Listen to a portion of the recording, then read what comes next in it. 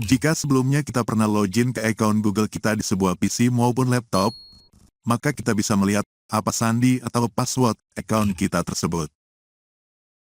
Caranya dengan membuka fitur Save Login atau Save Password yang terdapat pada browser yang kita gunakan untuk membuka akun tersebut.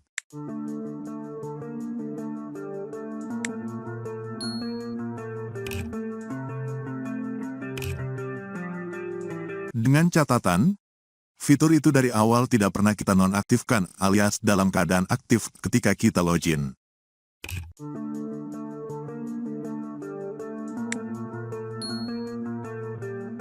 Biasanya sandi atau password akun Google kita akan tersimpan dalam fitur tersebut.